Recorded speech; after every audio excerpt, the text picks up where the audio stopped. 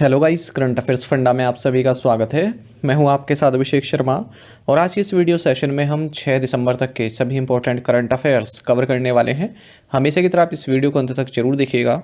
आज भी आपको काफ़ी कुछ जानने के लिए मिलेगा। सेशन की शुरुआत करने से पहले मैं आपको बता दूं, यदि आप हमारे daily current affairs PDF, weekly PDF, monthly PDF और हर महीने के banking and economic awareness PDF चाहते हैं तो करंट अफेयर्स फंडा का 1 ईयर मेंबरशिप प्लान आप ज्वाइन कर सकते हैं, जिसका लिंक आपको वीडियो के डिस्क्रिप्शन में या फिर फर्स्ट कमेंट में मिल जाएगा। इसमें हम आपको 1 साल की वैलिडिटी के साथ कंप्लीट करंट अफेयर्स प्रोवाइड कराते हैं हमारी करंट अफेयर्स फंडा ऐप पर। तो लिंक वीडियो के डिस्क्रिप्शन में आपको मिल जाएगा। साथ ही आपको बता दें, यदि आप बैंकिंग अवेयरनेस पढ़ना चाहते हैं तो कंप्लीट बैंकिंग अवेयरनेस कोर्स हमारी करंट अफेयर्स फंडा ऐप पर अवेलेबल है। और न केवल आपके बैंकिंग के जो मेंस एग्ज़ाम होते हैं, बल्कि अगर आप इंटरव्यू के लिए क्वालिफाई कर जाते हैं पीओ एग्ज़ाम में, वहाँ पर भी काफ़ी हेल्पफुल आपके लिए कोर्स रहने वाला है। तो 30 वीडियोज़ हैं, 30 पीडीएफ्स हैं जो हम इस बैंकिंग कोर्स में आपको प्रोवाइड करा रहे हैं। न केवल बैंकिंग का मटेरियल हम इसमें आपको प्रोवाइड करा रहे हैं, बल्कि इंडियन इकोनॉमी की जो की कंसेप्ट्स हैं वो भी आपको प्रोवाइड करा रहे हैं। इंश्योरेंस भी इसमें कंप्लीट कवर किया गया है। और अगर आप डेमो वीडियोज़ या पीडीएफ देखना चाहते हैं तो हमारी करंट अफेयर्स फंड ऐप पर अवेलेबल है। उससे आपको एक अंदाज़ा मिल जाएगा कि किस तरह का कंटेंट हमने आपको प्रोवाइड कराया है। तो आप करंट अफेयर्स फंड ऐप को इंस्टॉल कर लीजिए और वहाँ पर आपको बैंकिंग अवेयरनेस कोर्स मिल जाएगा। तो चलिए फिर करते हैं शुरुआत इस वीडियो सेशन की। सेशन की शुरुआत हमेशा की तरह क्वेश्चन ऑफ द डे से करते हैं, जिसका आंसर आपको अभी कमेंट बॉक्स में करना होता है। तो पूछ रहे हैं कि जम्मू कश्मीर के उपराज्यपाल कौन हैं? Who is the lieutenant governor of Jammu and Kashmir? तो ऑप्शंस देख लेते हैं। मनोज सिन्हा, आशीष कुंद्रा, उमर अब्दुल्ला या फिर विनय कुमार सक्सेना। तो जल्दी से आप आंसर कर दीजिए, फिर हम आगे बढ़ते हैं। और इसी तरह के क्वेश्चन यदि आप प्रैक्टिस करना चाहते हैं तो हमें टेलीग्राम पर जरूर ज्वाइन करें। करंट अफेयर्स फंडा नाम से हमारा टेलीग्राम चैनल है।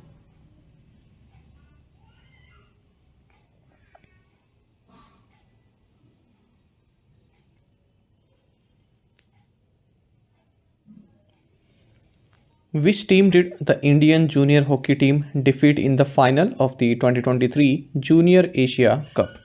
भारतीय जूनियर हॉकी टीम ने 2023 जूनियर एशिया कप के फाइनल में किस टीम को हराया है? ऑप्शंस आपके सामने हैं। सही आंसर ऑप्शन सी है, पाकिस्तान। तो इंडियन हॉकी टीम ने पाकिस्तान की टीम को 5-3 से फाइनल में हराकर men's junior Asia cup titles जीत लिया है लगातार तीसरी बार। और ये जो टूर्नामेंट है ये मुस्कैट, ओमान में खेला गया है। तो ओवरऑल ये भारत का 5th टाइटल है और लगातार ये तीसरा टाइटल है। भारत 2004, 2008, 2015 और 2023 में इसे ऑलरेडी जीत चुका है। तो 2015, 2023 और 2024 लगातार 3 बार जीत चुका है। 2024 का जो ये men's hockey junior Asia cup है ये 10th एडिशन रहा इस men's hockey junior Asia cup का, जो कि अंडर 21 फील्ड हॉकी चैंपियनशिप होती है एशियन टीम्स के बीच में। एशियन हॉकी फेडरेशन द्वारा इसको आयोजित किया जाता है। अगर इसमें कुछ जो अवार्ड्स हैं उनकी बात करें तो टॉप स्कोरर पाकिस्तान के सुफियान खान को दिया गया है। बेस्ट प्लेयर का अवार्ड इंडिया के अरिजीत सिंह हुंडाल को दिया गया है। बेस्ट यंग प्लेयर जापान के यामाटो कावाहारा और बेस्ट गोलकीपर मलेशिया के रफाइजुल सैनी को दिया गया है। Who won the Qatar grand prix 2024? Qatar grand prix 2024 किसने जीता? ऑप्शंस आपके सामने हैं। सही आंसर ऑप्शन सी है, मैक्स वर्स्टेपन। तो मैक्स वर्स्टेपन ने कतर ग्रां प्री 2024 जीत लिया है। वर्स्टेपन के बारे में आप जानती हैं, डचन बेल्जियन रेसिंग ड्राइवर हैं। हालांकि डच फ्लैग के अंडर ये compete करते हैं रेड बुल के लिए फॉर्मूला 1 में। Whose tenure as the head of the Public Enterprises Selection Board (PESB) has been extended by the government? सरकार ने सार्वजनिक उद्यम चयन बोर्ड PESB के चेयरपर्सन के रूप में किसका कार्यकाल बढ़ाया है? Right answer is option C, Mallika Srinivasan. Government ने मल्लिका श्रीनिवासन, जो कि पब्लिक एंटरप्राइजेस सिलेक्शन बोर्ड की चेयरपर्सन है, इनका कार्यकाल 1 और साल तक बढ़ा दिया है। हालांकि जो 65 साल की कट ऑफ होती है उसको एक्सटेंड कर दिया है सरकार ने। जो रूल्स होते हैं उसमें कुछ इसमें अलाउ किया है कि आप 65 साल से ऊपर भी कंटिन्यू कर सकते हैं। श्रीनिवासन की अगर हम बात करें तो ये चेयरमैन एंड मैनेजिंग डायरेक्टर हैं ट्रैक्टर्स एंड फार्म इक्विपमेंट की, और अप्रैल 2021 में इनकी नियुक्ति हुई थी 3 साल के लिए। अगर हम इस बोर्ड की बात करते हैं, पब्लिक एंटरप्राइजेस सिलेक्शन बोर्ड की, तो एक नॉन स्टैट्यूटरी बॉडी है और गवर्नमेंट को एडवाइस करती है जो सेंट्रल पब्लिक सेक्टर एंटरप्राइजेस में हाईएस्ट पोस्ट पर अपॉइंटमेंट होती है, तो उनके लिए रिकमेंडेशन या फिर अपनी एडवाइस देती है कि किनका सिलेक्शन होना चाहिए। इस बोर्ड में एक चेयरमैन और 3 मेंबर्स होते हैं, और जो टर्म ऑफ ऑफिस होता है चेयरपर्सन का और मेंबर्स का वो 3 साल का होता है या फिर 65 साल, मतलब या तो 3 साल के कार्यकाल हो जाए या फिर एज 65 साल हो जाए, दोनों में से जो भी पहले हो जाएगा उतना यहाँ पर कार्यकाल रहता है। Brij Raj Manchanda, the old fox of Indian dash passed away at 80 fill in the blank. भारतीय स्क्वैश के old fox brigadier Raj Manchanda का 80 वर्ष की आयु में निधन हो गया। तो ब्रिजराज मनचंदा, जिन्हें old fox of Indian squash कहा जाता है, इनका निधन हो गया है हाल ही में 80 की एज में। ये 6 टाइम नेशनल चैंपियन रहे हैं, अर्जुना अवार्ड विनर भी रहे हैं। एक और ऑबिचुरी देख लेते हैं। नील फ्रेजर, जिन्होंने ग्रैंड स्लैम सिंगल्स टाइटल जीते हैं 3, और ऑस्ट्रेलिया को गाइड भी किया है 4 डेविस कप टाइटल्स में, और 24 ईयर लॉन्ग इनका कैरियर रहा है टेनिस का। इनकी निधन हो गया है 91 की एज में। Where was the third ASEAN India Music Festival 2024 held? Third ASEAN India music festival 2024 कहाँ आयोजित किया गया है? ऑप्शंस आपके सामने हैं। सही आंसर ऑप्शन सी है, Purana Qila. Third ASEAN India music festival, ये पुराना किला न्यू दिल्ली में आयोजित किया गया ministry of external affairs India और शहर के द्वारा।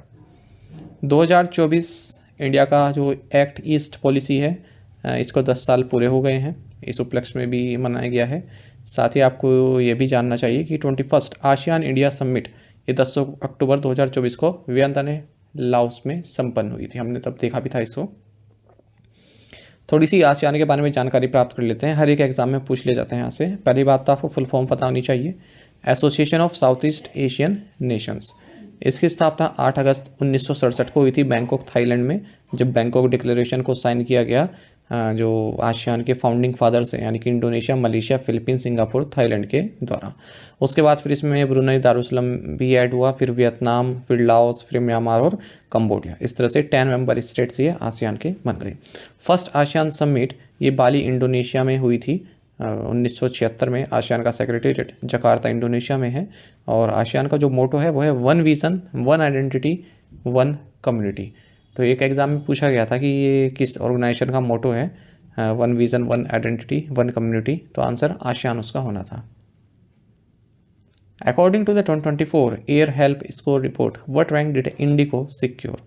2024 एयर हेल्प स्कोर रिकॉर्ड के अनुसार इंडिगो ने कौन सी रैंक हासिल की है? Right answer is option B 103। तो इंडिगो की जो रैंक है वर्ल्ड्स वर्स्ट एयरलाइंस में, अगर हम 2024 एयर हेल्प स्कोर रिपोर्ट के हिसाब से देखें तो 109 में से 103वीं रैंक इसने हासिल की है। इसका स्कोर है मात्र 4.80।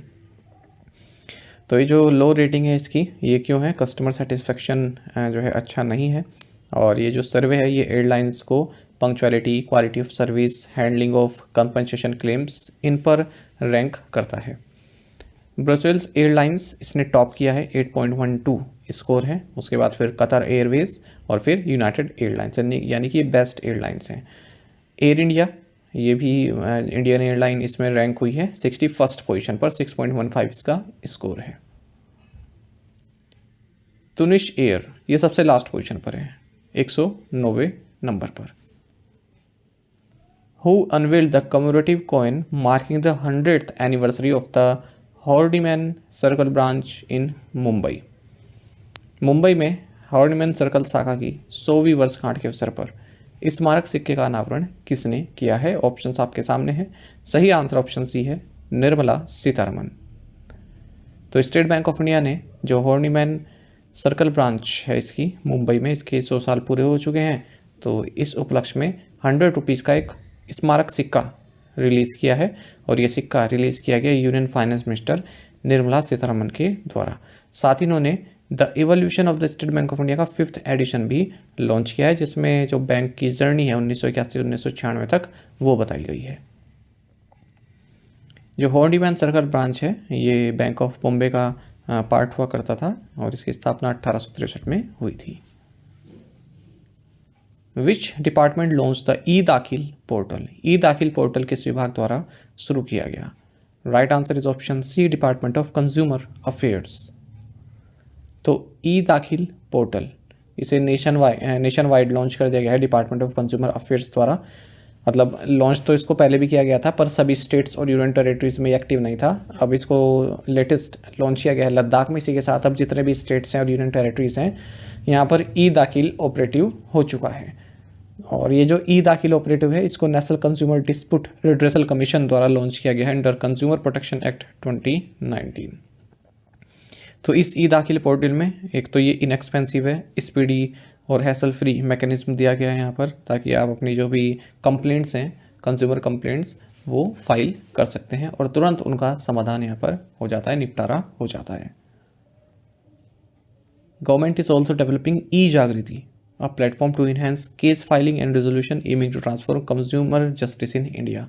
तो अभी ये बन रहा है ई जागृति प्लेटफॉर्म, जब लॉन्च होगा तब इसको पढ़ेंगे। विच मिनिस्ट्री लॉन्च द ई सांख्यिकी पोर्टल, ई सांख्यिकी पोर्टल किस मंत्रालय द्वारा लॉन्च किया गया है? Right answer is option D, ministry of statistics and programme implementation. तो जो ministry of statistics and programme implementation है, इन्होंने ई सांख्यिकी पोर्टल लॉन्च किया है और इसका उद्देश्य है एक comprehensive data management and sharing system को इस्टेब्लिश करना, ताकि जो ऑफिशियल स्टैटिस्टिक्स हैं, ठीक है, वो जो है आसानी से पास ऑन हो सकें। और micro data of survey and census भी जिससे डिसेमिनेट हो सके माइक्रो डेटा पोर्टल के थ्रू। मतलब जो सर्वे और सेंसस संबंधी जो माइक्रो डेटा है, वो माइक्रो डेटा पोर्टल के जरिए जो है शेयर किया जा सकता है। ई सांख्यिकी portal has a application programming interface which ensures seamless accessibility of data to various portals including national data and analytics platform। तो अलग अलग पोर्टल्स पर ताकि ये डेटा जा सके, उसके लिए ई सांख्यिकी पोर्टल लॉन्च किया गया है। Tata power has partner with Druk green power corporation from which country to develop 5000 megawatt of clean energy capacity. Tata power ने 5000 मेगावाट स्वच्छ ऊर्जा क्षमता विकसित करने के लिए किस देश के ड्रूक ग्रीन पावर कॉर्पोरेशन के साथ साझेदारी की है? ऑप्शंस आपके सामने हैं। सही आंसर ऑप्शन बी है, भूटान। तो टाटा पावर ने एक स्ट्रेटेजिक पार्टनरशिप साइन की है भूटान के Druk green power corporation limited के साथ, जिसके तहत 5000 मेगावाट की क्लीन एनर्जी कैपेसिटी डेवलप की जाएगी भूटान में ही। और जो ये अगर हम Druk green power corporation DGPC की बात करें, तो ये सब्सिडरी है ड्रूक होल्डिंग इन्वेस्टमेंट लिमिटेड की, जो कि इकलौती ऐसी कंपनी जो भूटान में पावर जनरेट करती है। और ये जो MOU साइन हुआ है थिम्पू में हुआ है, और इसमें जो CEO एंड MD हैं टाटा पावर के प्रवीर सिन्हा, ये भी मौजूद रहे। Which country has successfully launch the world's first self driving satellites, किस देश ने दुनिया का पहला स्वचालित उपग्रह सफलतापूर्वक लॉन्च किया है? Right answer is option A, China. तो चाइना ने वर्ल्ड का first self driving satellite launch किया है। इसको डेवलप किया गया Shanghai academy of space flight technology के द्वारा। और ये जो सैटेलाइट्स हैं, ये अपने आप से ही अपना जो फ्लाइट पाथ है उनको चेंज कर सकते हैं, किसी भी तरह की ग्राउंड इंटरवेंशन की नीड नहीं है। और ये दो सैटेलाइट्स, इनका नाम है सिवेई गाओजिंग 203 और गाओजिंग 204। इनको लॉन्ग मार्च 2C कैरियर रॉकेट से लॉन्च किया गया है सिगवान सैटेलाइट लॉन्च सेंटर से, चाइना से। Which bank launched Pragati savings account for semi urban and rural India, किस बैंक ने अर्ध शहरी और ग्रामीण भारत के लिए प्रगति बचत खाता लॉन्च किया है? Right answer option C, HDFC bank. तो देखिए HDFC बैंक ने प्रगति सेविंग्स अकाउंट लॉन्च किया है, ताकि जो rural and semi urban people हैं उनकी जो बैंकिंग नीड्स हैं उनको पूरा किया जा सके। तो इसके लिए HDFC ने यहाँ पर पार्टनरशिप की है बिग हार्ट के साथ, जिसके तहत जो फार्मिंग टूल्स हैं, सीड्स हैं, फर्टिलाइजर्स हैं, यदि किसान इसको बाय करना चाहते हैं तो उस पर डिस्काउंट्स प्रोवाइड किए जा रहे हैं इसके ऑनलाइन प्लेटफॉर्म के जरिए, कॉम्पिटिटिव रेट्स दिए जा रहे हैं। How many companies have received licences to operate in the payment aggregator cross border sector, कितनी कंपनियों को पेमेंट एग्रीगेटर क्रॉस बॉर्डर क्षेत्र में काम करने के लिए लाइसेंस प्राप्त हुआ है? Right answer option C, 4। Reserve Bank of India ने जो payment aggregator cross border PACB entities के लिए गाइडलाइंस हैं वो 1 साल पहले लॉन्च की थी। उसके बाद से केवल अब तक 4 ही कंपनियां हैं जिन्हें ये लाइसेंस प्राप्त हुआ है। ये है कैश फ्री पेमेंट्स, अमेजोन पे, बिलडेस्क और अडुइन इंडिया। जबकि अगर हम डोमेस्टिक ऑनलाइन पेमेंट एग्रीगेटर की बात करें तो ये लाइसेंस अब तक 41 कंपनीज़ को प्राप्त हो चुका है। तो जो कैश फ्री पेमेंट्स है बेंगलुरु बेस्ड स्थित फिनटेक फर्म है, ये पहली कंपनी थी जिसे ये payment aggregator cross border licence प्राप्त हुआ था जुलाई में इस साल। जो ये payment aggregator cross border entities होती हैं, क्या करती हैं, क्रॉस बॉर्डर पेमेंट ट्रांजैक्शंस को करती हैं, इंपोर्टर एक्सपोर्ट के। मान लीजिए यूएस में कोई कंपनी है, वो भारत से उसने कुछ सामान मंगाया है और उसको पैसा भेजना है, ठीक है, तो उसने वहाँ से अपना जो भी पैसा भेजा है, तो वो अगर इन 4 एंटिटीज़ के जरिए भेजेगा भारत में, तो ये एंटिटीज़ को रुपीज़ में कन्वर्ट करके जो भारत में जिसके पास पैसा जाना है उसके अकाउंट में ट्रांसफ़र कर देंगे। वहाँ से तो उसने यूएस डॉलर में भेजा, पर यहाँ पर उसको इंडियन रुपीज़ में कन्वर्ट करके भेज देंगे अपना कमीशन वगैरह जो भी काट कर, ठीक है। तो इनको बोलते हैं payment aggregator cross border entities. अच्छा, ये जो payment aggregator cross border entities होती हैं, इन्हें 2 सेपरेट अकाउंट रखने पड़ते हैं। तो इंपोर्ट कलेक्शन अकाउंट, दूसरा एक्सपोर्ट कलेक्शन अकाउंट। तो जो एक्सपोर्ट लाइसेंस है इनके पास, उससे जो बिजनेसेस हैं वो पेमेंट इंटरनेशनल कस्टमर से प्राप्त कर सकते हैं, और जो इंपोर्ट लाइसेंस है उससे जो फॉरेन बिजनेस हैं वो पेमेंट प्राप्त कर सकते हैं भारत से। भारत में जो इंडिविजुअल्स हैं उनसे पेमेंट प्राप्त कर सकते हैं जो फॉरेनर्स हैं वो। In which states will the element project be supported by world bank? किन राज्यों में एलिमेंट परियोजना को विश्व बैंक द्वारा सहयोग दिया जाएगा? Right answer option A, Tripura and Nagaland. तो वर्ल्ड बैंक की जो बोर्ड ऑफ एग्जीक्यूटिव डायरेक्टर्स हैं, उन्होंने एक नए प्रोजेक्ट को अप्रूव किया है जिसके तहत 7 लाख पीपल को सपोर्ट किया जाएगा ताकि वो अपने फॉरेन लैंडस्केप्स को और बेहतर तरीके से मैनेज कर सकें, फॉरेस्ट वैल्यू चेन को और बढ़ा सकें। लगभग 400 से ज़्यादा विलेजेस में त्रिपुरा एंड नागालैंड में। तो इस 225.5 मिलियन US$ के प्रोजेक्ट का नाम है enhancing landscape and ecosystem management element project, ठीक है। इसमें कम से कम जो 1 लाख हेक्टेयर्स की जो फॉरेस्ट लैंड है उसको रिस्टोर किया जा सकता है, कंजर्व किया जा सकता है। With whom has the Asian Development Bank partnered to support MSMEs in Asia Pacific? Asia प्रशांत में MSME को समर्थन देने के लिए एशियाई विकास बैंक ने किसके साथ साझेदारी की है? Right answer option C, Mastercard impact fund. तो एशियन डेवलपमेंट बैंक ने मास्टर कार्ड इम्पैक्ट फंड के साथ एक मेमोरेंडम ऑफ अंडरस्टैंडिंग साइन की है, जिसके तहत जो micro, small and medium size enterprises हैं अक्रॉस एशिया एंड पैसिफिक, उनको मदद की जाएगी, ठीक है, लोन वगैरह देने के लिए। तो इसमें जो है Georgia, India, Indonesia, Malaysia, Philippines, Thailand और वियतनाम को टारगेट किया जाएगा। यहाँ के जो कस्टमर्स हैं, 5 मिलियन US$ की ग्रांट मास्टर कार्ड द्वारा दी जा रही है MSMEs के लिए। Which Indian university topped in Times Higher Educations interdisciplinary science rankings 2025?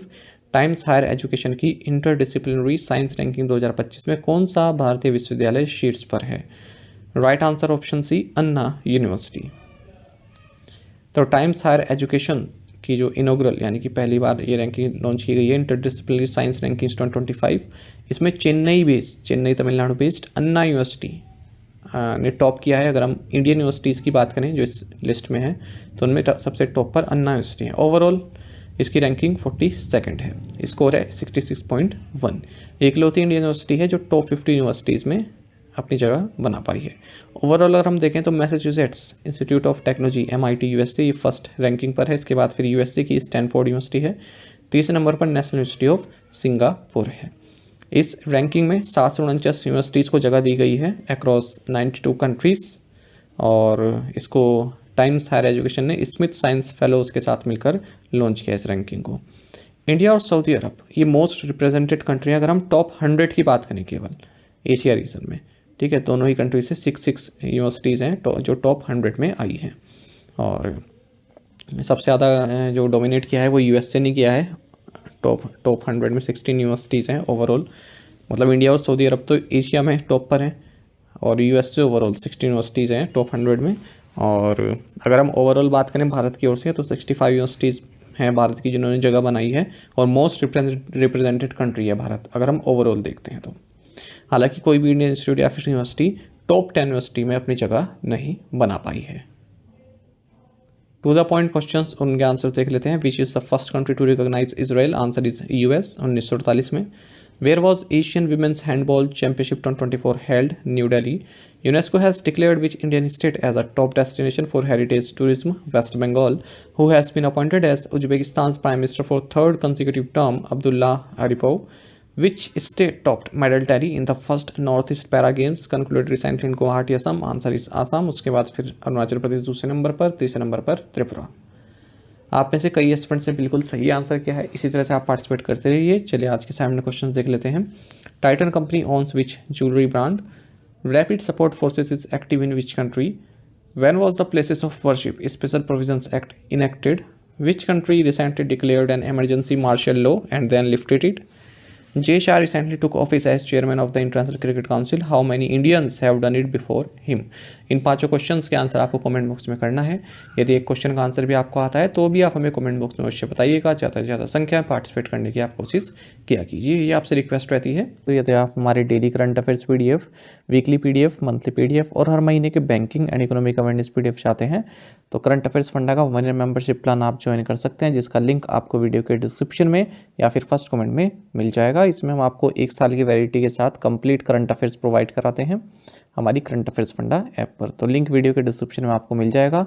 साथ ही आपको बता दें, यदि आप बैंकिंग अवेयरनेस पढ़ना चाहते हैं तो कंप्लीट बैंकिंग अवेयरनेस कोर्स हमारी करंट अफेयर्स फंडा ऐप पर अवेलेबल है।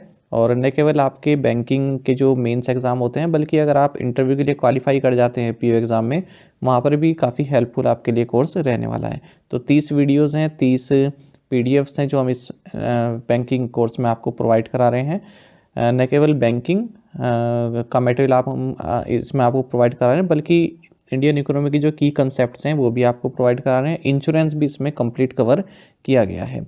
और अगर आप डेमो वीडियोज़ या PDF देखना चाहते हैं तो हमारी करंट अफेयर्स फंड ऐप पर अवेलेबल है। उससे आपको एक अंदाज़ा मिल जाएगा कि किस तरह का कंटेंट हमने आपको प्रोवाइड कराया है। तो आप करंट अफेयर्स फंड ऐप को इंस्टॉल कर लीजिए और वहाँ पर आपको बैंकिंग अवेयरनेस कोर्स मिल जाएगा।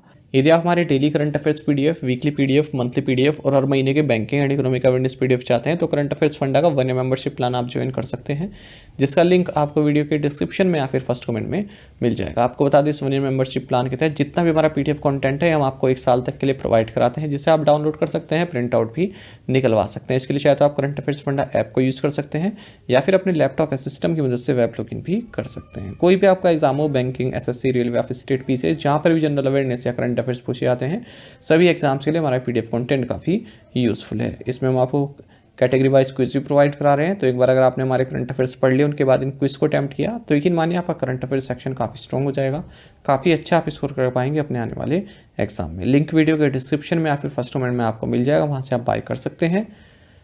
कोई भी जानकारी चाहते हैं हमारे किसी भी कोर्स संबंधित, तो हमारा कस्टमर केयर नंबर है 8448169188। इस पर आप व्हाट्सएप कर सकते हैं या फिर कॉल करके भी जानकारी प्राप्त कर सकते हैं। साथ ही करंट अफेयर्स फंडों को आप टेलीग्राम पर भी ज्वाइन कर लीजिए। करंट अफेयर्स फंडा नाम से हमारा टेलीग्राम चैनल है। Thank you guys.